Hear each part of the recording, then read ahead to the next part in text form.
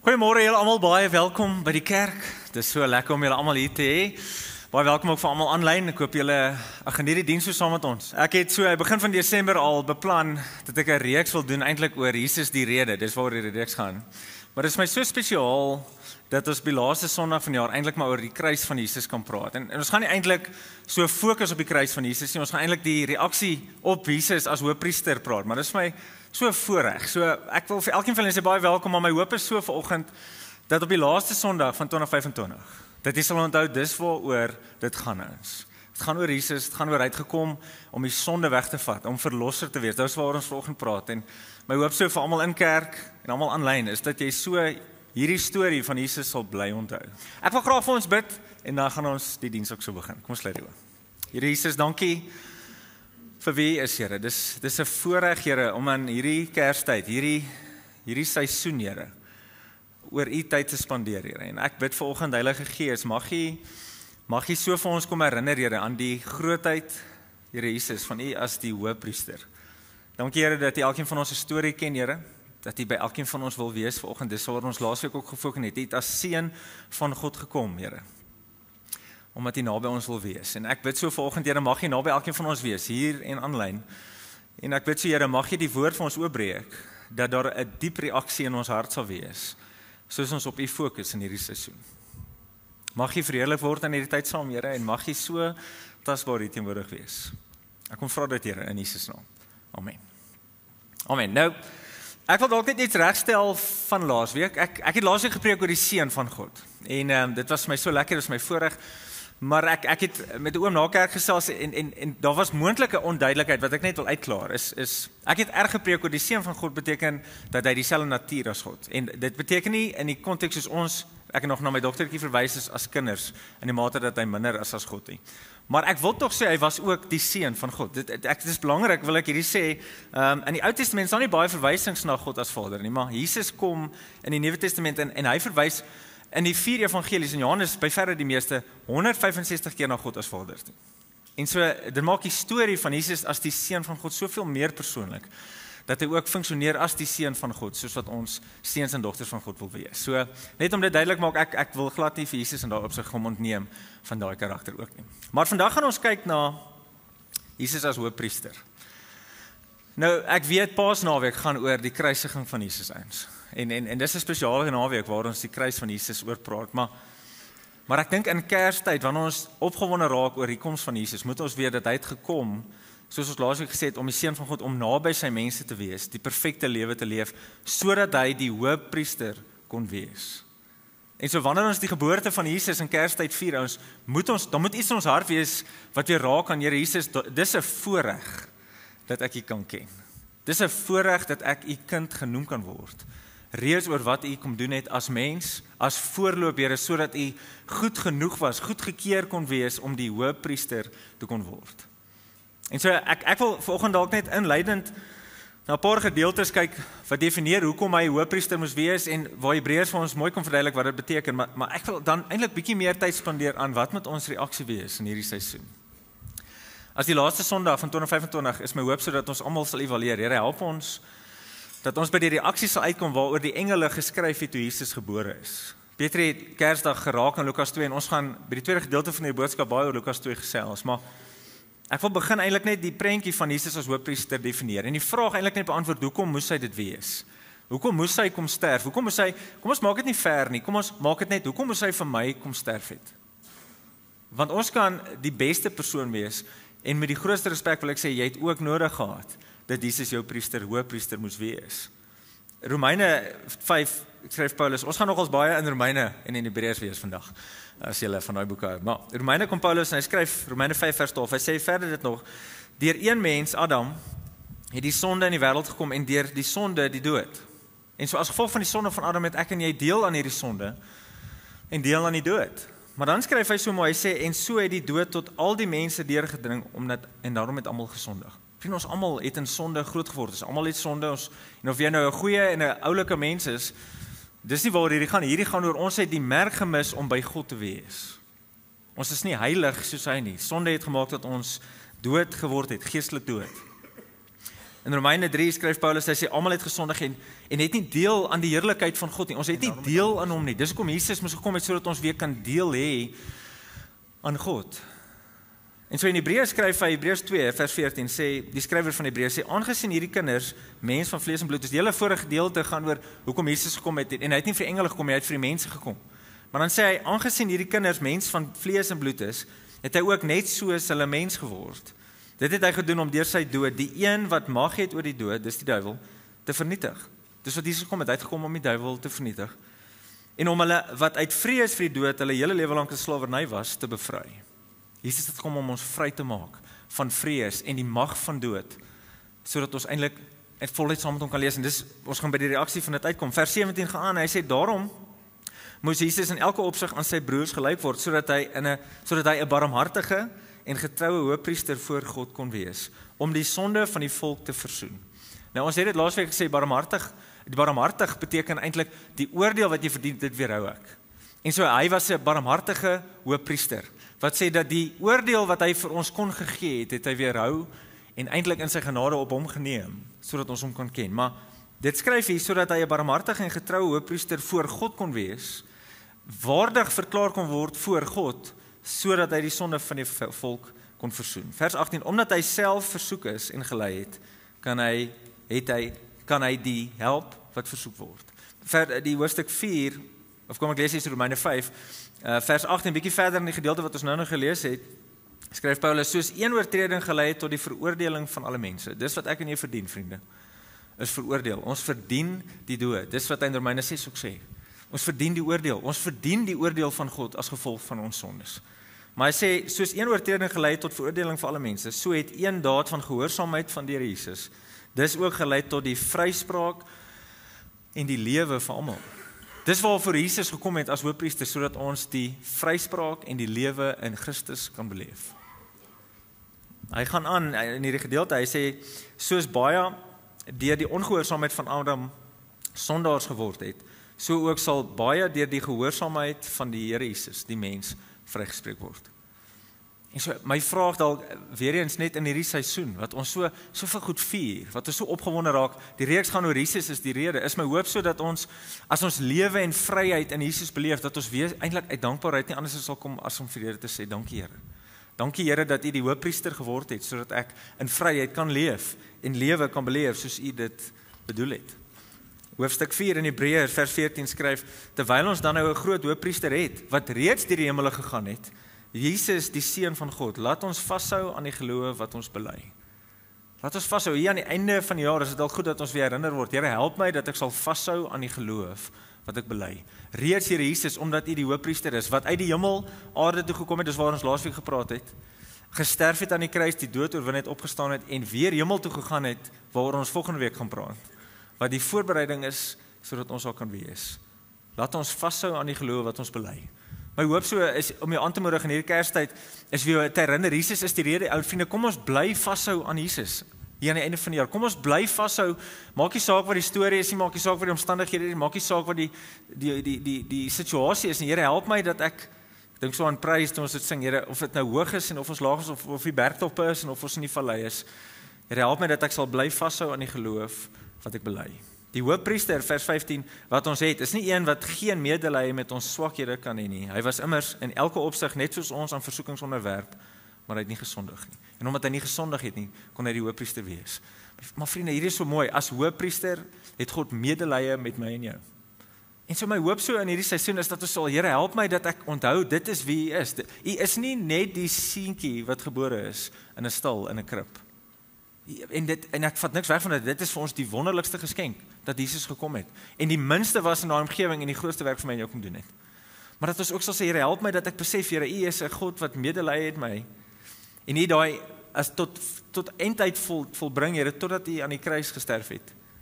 En so, U het nooit gesondig, en wat gemaak het, dat U ken elke storie, elke versoeking, elke moeilikheid, elke situasie, waardeur ek mag dalk gaan, Here, U is 'n God wat daarmee kan verwant hou. U verstaan dit. En so help my, Here, omdat U die hoëpriester geword het, dat ek na U toe sal nader, en U sal bly vashou. Nou, my vraag op hierdie is dan, hoe is ons veronderstel om te reageer? Dis waar ons laasweek ook gepraat het. Ons het gepraat oor, hy was die Seun van God, vol genade en waarheid. En ons gepraat eintlik hoe moet ons reageer oor hierdie? God se reaksie op hierdie is, hy het God verhef en hom die naam bo alle name gegee sodat almal sal bely dat hy is Here. En so my vraag vandag weer is hoe is ek en jy veronderstel om te reageer in 'n Kerstyd as ons dink aan Jesus as ons hoëpriester? Nou Lukas 2 dink ek dit gee vir ons 'n baie duidelike reaksie. Hierdie is hoe ons as gelowiges moet reageer teenoor Jesus. In Lukas 2, Petrie het Kersdag ook oor hierdie gepraat. Ons het gaan strand saam gebraai. Toe sê ek vir hom, toe hy praat oor dit, toe sê ek so, gaan hy nou my preek? Wonder nou? Weet jy? Dan preek ons om 2 keer. Maar hy het daarom nie eintlik baie oor dit gepraat, so dit is my fyn. Maar Lukas 2 vers 10, skryf Lukas, hy sê, toe sê die engel vir hulle, moenie bang wees nie, want kyk, ek bring vir julle goeie tyding van groot blydskap, wat vir die hele volk bestem is. Vandag is daar vir julle in die stad van Dawid 'n verlosser gebore, Christus die Here. Vriende, ek dink as 'n reaksie hier, die rede hoekom daar 'n boodskap van goeie tyding, van groot blydskap was, is ek dink dit is die reaksie wat God van my en jou verwag, as ons in Kerstyd aan Jesus dink, omdat hy vir ons die hoëpriester geword het. En dit is die eerste punt op die raamwerk, is Here, help ons in hierdie Kerstyd, in hierdie seisoen wat ons sê, U is die rede, dat as gelowiges, Here, ons met groot blydskap, Here, sal leef. Ek dink ons raak bly oor klomp goed. Ons beleef blydskap, en ek praat nie van geluk, ek het nou gepreek gedoen oor geluk, blydskap en vreugde, daar's regtig nogals baie verskille oor dit. Maar hierdie blydskap, is die Griekse woord, is amper, dit word baie in die Nuwe Testament gebruik, maar een van die mooi verwysings, wat ook dieselfde Griekse wortel het, is in Lukas 15 vers 7, wanneer Jesus die verhaal vertel, van die verlore skaap, is 100 skape en die 99 was fyn en die een het afgedwaal. En dan skryf hy in vers 7, ek sê vir julle, so sal daar in die hemel blydskap wees oor die een sondaar wat hom bekeer. As die een skaap gekry word en hy word teruggebring, verwys nou eintlik as daar een sondaar afgedwaal het en hy word teruggebring. Dan dis dieselfde blydskap in die hemel wanneer een sondaar hom terugbring na die Here toe, as wat die engel vir die skaapwagters gesê het, hoor die vir die sterrekykers gesê het, hoor hierdie is die tyding, hierdie groot blydskap, Jesus die verlosser, die Christus wat gebore is. En so dis die blydskap wat ek dink ons reaksie moet wees as ons dink in Kerstyd aan Jesus, ons hoëpriester. Here, help my dat ek met groot blydskap sal leef. My hoop so is dat wanneer mense na my lewe kyk, en nie dat dit oor my gaan nie, maar wanneer mense na my lewe kyk, dat daar iets sal getuig van daar is 'n vreugde en 'n blydskap in Willie se lewe, omdat hy vir Jesus ken. Ek dink dit moet die getuienis wees van alle gelowiges, veral in hierdie seisoen. Wanneer ons opgewonde is oor Jesus wat gebore is, dat ons kan sê, Here, ek is dankbaar dat U die hoëpriester geword het, wat vir my gesterf het. Here, dit vul my met groot blydskap, dat ek U kan ken en 'n verhouding met U kan hê. Ons het laasweek, het ek gesê, in die baptiste praat ons baie oor al die alliterasies. Maar reeds Jesus wat hoëpriester geword het, gesterf het aan die kruis, dis wat die hoëpriester beteken. Hy moes gesterf het vir my en jou sondes aan die kruis. As gevolg van hierdie betaling vir my en jou sondes, en die opstanding van Jesus uit die dood, en die uitstorting van die Heilige Gees, het ons die voorreg om in verhouding met Jesus te leef. Ons het die voorreg om vergifnis te ervaar, ons het die voorreg om versoening met God te ervaar, en vryheid te beleef, en vir ewig saam met hom te wees. My hoop is so dat daar iets van 'n blydskap weer in ons hart sal leef, ouens. Dit is waarvoor Jesus gekom het. En dat daar niks in hierdie wêreld sal wees wat vir ons so 'n blydskap gee, soos Jesus nie. Toe ons nou daai lied van die Heilige sing, toe sê ek net soos, Here, vul ons met 'n blydskap oor hierdie woorde, wat net so getuig van die boodskap van Jesus. Vul ons met 'n blydskap, Jesus, oor wat U gedoen het. Ek dink so, terwyl ons sing, toe dink ek so aan daai teksgedeelte in Openbaring, wat sê, onthou die dae toe jy tot bekering gekom het. Onthou hoe jy was, toe jy tot bekering gekom het, so vol en opgewonde vir die Here. Daar's iets aan dit wat ek ons wil aanmoedig, Here, help ons dat ons nie afgewater sal raak in die groot geskenk wat Jesus Christus vir my en jou is. Here, kom vul ons met 'n groot vreugde. Romeine 8, vers 37, skryf Paulus, hy sê, maar in al hierdie dinge is ons meer as oorwinnaars deur Jesus, wat vir ons lief is. Ons het nie 'n ander rede as om met groot blydskap te leef, net oor daai vers. Ons is meer as oorwinnaars, omdat Jesus ons lief het ons. Maar dan skryf Paulus, hy sê, hiervan is ek oortuig, dat geen dood of lewe of engel of magte, teenwoordige of toekomstige dinge of kragte of hoogte of dieptes of enigiets anders in die skepping, kan ons van die liefde van God skei nie. Die liefde wat daar in Christus Jesus ons Here vir ons is. Dis nodig dat jy op die laaste Sondag van die kerk moet hoor, ouens, die Here Jesus Christus is vir jou baie lief. Mag dit iets in ons hart raak, Here, dankie dat U my waardig ag, dat U my genoeg ag, dat ek vir U belangrik is, Here, dat U gekom het sodat ek in verhouding met U kan leef. Here, vul iets in my hart, Here, vir 'n vreugde wat niks in hierdie wêreld vir my kan gee nie. Nou, as ek wil dalk net hierdie sê, ek dink die eerste reaksie is blydskap. En ek dink die eerste reaksie, wat ek bedoel met blydskap, is ons is bo-natuurlik dankbaar en opgewonde en bly vir wie Jesus is en wat hy vir ons gedoen het, dat ons hom kan ken. Maar vreugde, soos ons dit ken in die vrug van die Gees, verwys nie na hierdie nie. Ek dink daar's 'n aspek van vreugde wat by hierdie inslot, maar vreugde verwys nie na blydskap nie. Vreugde in die vrug van die Gees. Dit is my so mooi. En dit is slegs moontlik dat ons daai vreugde kan beleef as ons dankbaar is dat Jesus ons hoëpriester is. Daai vreugde in die vrug van die Gees verwys na, Here, ek het 'n stuk vryheid van sonde beleef as gevolg van Jesus. En so die hoëpriester bewerk vir my en jou 'n vryheid van sonde, omdat Jesus vir eens en vir altyd die dood oorwin het, die duiwel oorwin het. Wat beteken, wanneer ek en jy tot bekering kom, Here, het ons die voorreg om te sê, wanneer die duiwel my versoek, soos Jesus versoek was, dat ek soos Jesus kan begin nee sê, en in die vryheid van waarvoor Jesus gesterf het, kan beleef.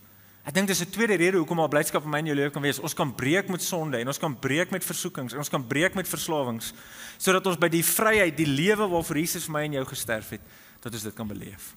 Hoe kan ons nie anders dan met vreugde en met blydskap gevul wees, omdat Jesus dit vir ons gee nie ons. Maar my vraag is, lewe ons met so blydskap?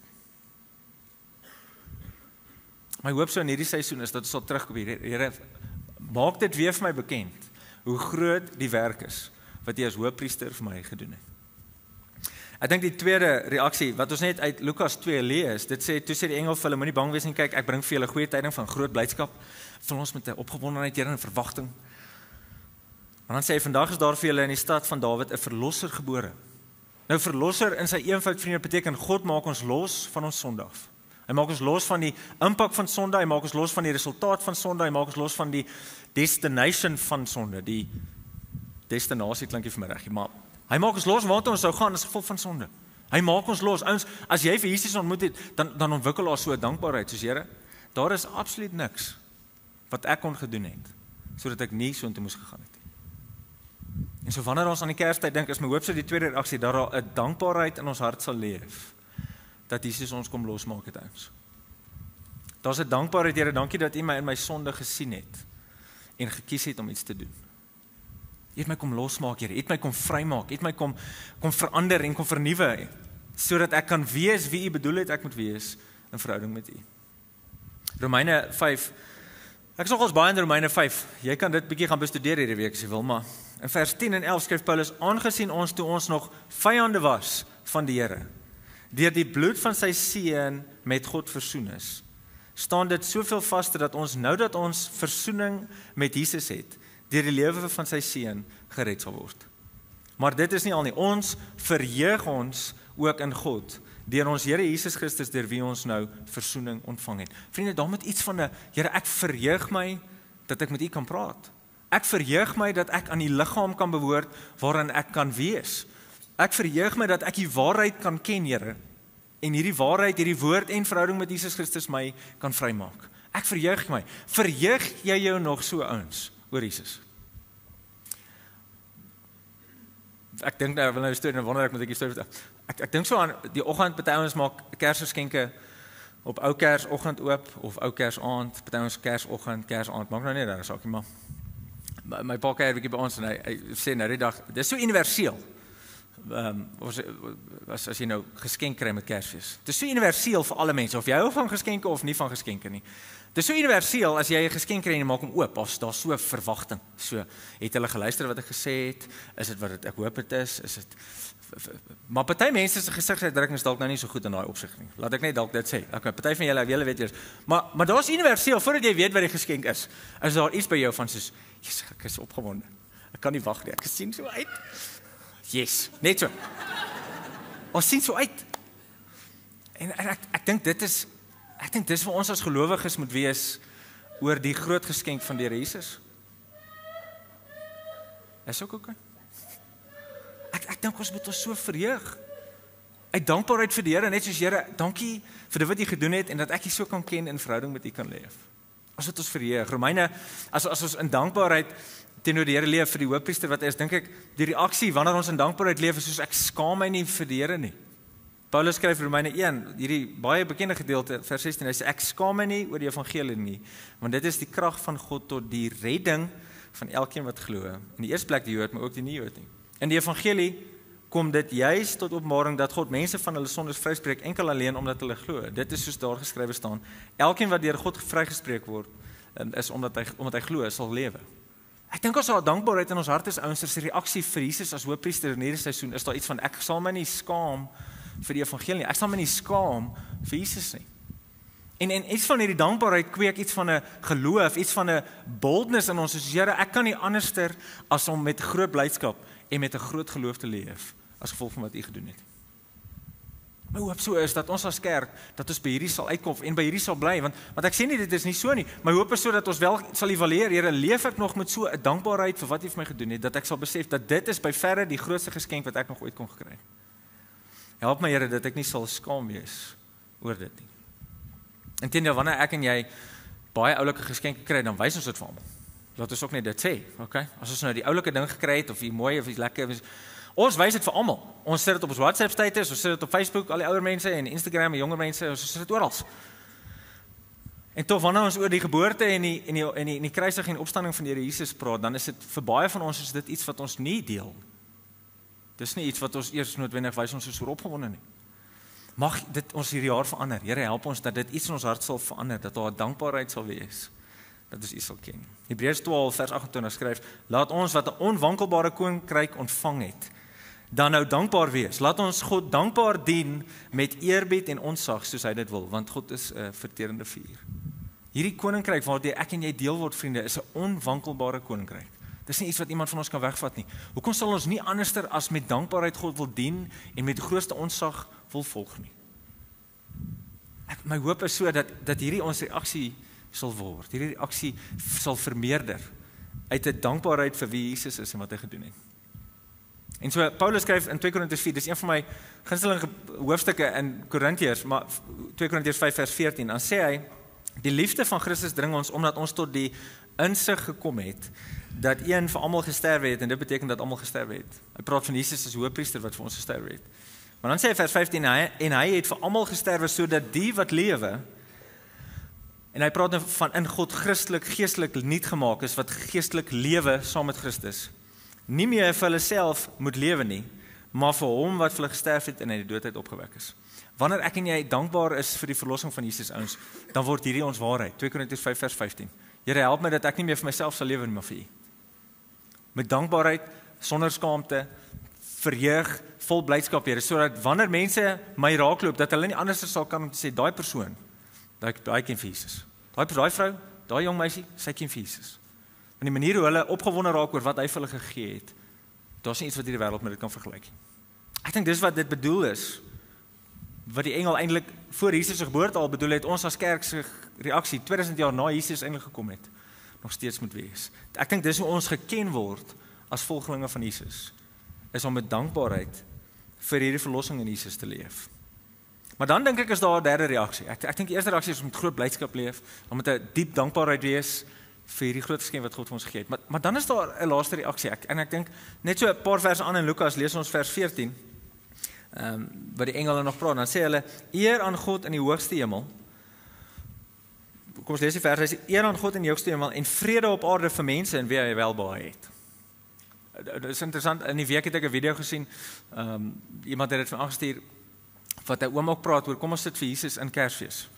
Weet nou of julle hom nog gesien het, en ek het nie noodwendig ernstige probleme met die video nie, maar een van die stellinge wat die oom maak is daar is nie vrede op aarde nie. En Petrus het vir my so mooi gesê op Kersdag, en ek stem so saam met dit, jy moet hierdie gedeelte mooi lees, dit sê eer aan God in die hemel, in daai area, eer aan God in die hemel, en op aarde mag daar vrede wees vir die mense in wie God 'n welbehae het. Dit sê nie daar moet vrede op aarde wees nie, maar dit sê wel vir die mense wat vir Jesus as hoëpriester aanneem, en aanvaar wat hy vir hulle in kruis gedoen het, kom God en hy sê, vir julle, kom gee ek my vrede. En so ons het die voorreg as gelowiges, dat ons in die vrede van God kan leef, in 'n wêreld wat verval. En ons toestand, vriende, dink ek, moet minder en minder en minder beïnvloed word deur die wêreld en meer beïnvloed word deur ons verlosser. En so, ons het die voorreg om die vrede van God ook in hierdie seisoen te geniet. En so, my vraag op daai is, leef jy in die vrede wat God bedoel het? Ons kan met groot vreugde leef en ons kan met dankbaarheid leef. Maar leef jy met die voorreg om die vrede van God te hê? Dis nie die wêreld waarin ons leef nie. Die wêreld waarin ons sê, leef met 'n gejaag en maak daai en stry hier en doen daai en daar's nie 'n vrede nie, dis so 'n gejaagde besigheid. Maar my hoop so in hierdie Kerstyd, as ons sê Jesus is die rede, dat ons sê Here, help ons dat ons sal onthou ons het die voorreg om in vrede te leef met mense. Ons het die voorreg om eerstens in vrede te leef met U. Jesus kom in Johannes 14 vers 27 baie bekende gedeelte oor sy vrede. Dan sê hy: "Vrede laat ek vir julle na, my vrede gee ek vir julle. Die vrede wat ek vir julle gee is nie die soort wat die wêreld gee nie. Julle moet nie ontstel wees nie en julle moet nie bang wees nie." Jesus kom en hy sê: "Hoorie, ek wil hê julle moet anderster wees as die wêreld. Ek wil nie julle met die wêreld se vrede of die wêreld se geluk of die wêreld se opgewondenheid of wêreld se dankbaarheid hê nie. Nee, my vrede gee ek vir julle. Dis nie soos die wêreld nie." En dan sê hy aan die einde van dit met hierdie vrede van Jesus: "Julle moenie ontsteld wees nie en julle moenie bang wees nie." Is jy ontsteld op die oomblik? Is jy bang op die oomblik? My hoop so is dat jy as gelowige, as jy gelowige is, dat jy sal onthou Jesus het gesê sy vrede los hy vir ons na. En dat ons eintlik weer sal sê: Here, dankie vir die voorreg wat ek het dat ek U vrede kan geniet, Here. Dat ek U vrede kan ken. Dat ek vrede met U kan hê as gevolg van dat U die sonde skuld, hierdie skeiding wat tussen my en U was, dat U dit verwyder het en dat ek die voorreg het om na U toe te nader in moeilike en in wonderlike seisoene. In angstige en vrede situasies. Ons kan U vrede beleef. Romeine 5 skryf Paulus: God het ons dan vrygespreek deurdat ons glo. Hy het ons vrygespreek van hierdie sonde wat ons gehad het omdat hy gesterf het daarvoor. Daarom is daar dan nou vrede tussen ons en God deur die Here Jesus Christus. Ek en jy kan nie vrede bewerkstellig tussen my en die Here nie. Jesus moes dit gedoen het. Maar die wonderlike nuus wat ek met jou wil deel is dat hy het dit gedoen. En so dalk is dit nodig hier op die laaste Sondag dat jy moet hoor daar is geen rede dat daar iets tussen jou en die Here hoef te staan nie. Hy het gekom sodat daar vrede tussen my en God kan wees en ons 'n verhouding met hom kan leef. In Kolossense skryf Paulus op 'n ander manier, hy skryf so, nou ek is mal oor hierdie gedeelte, die hele Kolossense 3 is so mooi. Hy praat eintlik in die begin, hy sê hoor ons moet geduldig wees met mekaar en ons moet mekaar vergewe soos die Here ons vergewe. En dan skryf hy in die vers nog voor hierdie, hy sê ons moet mekaar lief hê bo alles, want dit is die band wat julle in volmaakte eenheid saambind. Maar dan kom hy eintlik by hierdie vers van vrede en hy sê as ons hierdie doen, as ons geduldig is met mekaar en ons vergewe mekaar en ons het bo alles mekaar lief en ons beleef die eenheid in die kerk en die eenheid met die Here, dan sê hy in vers 15 en die vrede wat God gee, wat Christus gee, moet in julle lewens die deurslag gee. God het julle immers geroep om as lede van een liggaam in vrede met mekaar te lewe. Wees altyd dankbaar. Ek dink dis iets om oor dankbaar te wees. Ek dink ons moet dankbaar wees dat Jesus het bedoel in sy liggaam, het hy bedoel dat ons in vrede met mekaar moet saamleef. Nou, soos ek praat oor vrede is ek bewus dat in Kerstyd is dit baie keer moeilik want daar is nie altyd vrede tussen families en mense nie. En 'n vers wat baie mense baie keer wil gebruik daar is Paulus se woorde in Romeine wat hy sê so ver dit vir jou moontlik is, leef in vrede met mense. Dis baie grappie daai altyd snaaks. Maar ek dink ons verstaan, Here, ons het die voorreg dat ons nie hoef te beklei met mense nie. Ons het die voorreg dat ons kan jammer sê en te kan vergewe en kan gesond word. Dat ons die vryheid en die vreugde van God in hierdie seisoen kan beleef, soos hy dit bedoel het.